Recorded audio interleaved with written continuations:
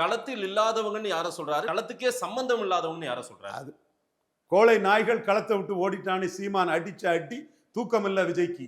சீமான் கோழை நாய்கள் களத்தை விட்டு ஓடிட்டாங்கன்னு நாய்கள் கோழைகள்னு ஈரோடு கிழக்கு களத்துக்குள்ள வராத விஜய் அடிச்சதுல இருந்து விஜய்க்கு தூக்கம் இல்ல. அந்த பரிதவப்புல அவர் சொல்றது சீமான தான். இல்ல அதுல களத்தில் இல்லாதவங்க, களத்துக்கே சம்பந்தம் இல்லாதவங்க. நீங்க டீகோட் பண்ணுங்க. யார சொல்றாரு? அவர் யார சொல்றாருங்கிறது இருக்கட்டுங்க. களத்தில் இல்லாதவங்க யாரு? அந்த கூட்டம் சீமான விமர்சனம் பண்றாதுன்னு அருந்ததியர் மக்கள் 140 அவர்தான் களத்துக்கே சம்பந்தம் இல்லாதவன்றாரு. அது நீங்க சொல்லுங்க. அவர் சொல்ல வாரது சீமான்னு சொல்லி அடிக்கிறாரு.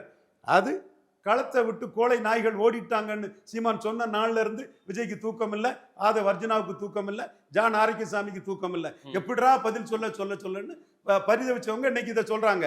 இதுல எக்ஸ்போஸ் ஆன இடம் விஜயை பார்க்க வந்த கூட்டம் ஸ்டாலினுக்கு எதிரி கிடையாது. விஜய் பார்க்க வந்த கூட்டம் பிஜேபிக்கு எதிரி கிடையாது. விஜய்க்கு பார்க்க வந்த கூட்டம் சீமான பற்றி பேச ஆரம்பிக்கிறதுக்கு முன்னாடியே கைத்தட்டி ஆர்ப்பரிக்கிறாங்க. யார வீழ்த்த போறாங்க இவங்க? திமுகவை வீழ்த்த போறாங்களா இல்ல அதிகாரத்தில் இல்லாத சீமான வீழ்த்த போறாங்களா? அந்த கூட்டத்துக்கு சீமான் மீது அவ்வளவு வன்மம் அப்படின்னா அது சீமான தான் போட்டியா நினைக்கிறாங்களா? அது காரணம் கூட்டத்தினர். விஜய நான் சொல்ல, அவரு திமுகவை போட்டியா நினைக்கிறாரு, அது சீமான போட்டியா நினைக்கிறாரு. அது காரணம் இருக்குது. சீமான் தான் சொல்றாரு ஸ்டாலின் பண்ணது தப்பு. அந்த கரூர் விஷயத்துல விஜய் அக்யூஸ்டா போட்டிருக்கணும். அவருக்கு கேரவனை போலீஸ் ஸ்டேஷன்லயோ கோர்ட்லயே போய் நிற்கணும். அவர் கூட துருப்பிடிச்சு போனாலும் பரவாயில்ல இருக்கும்.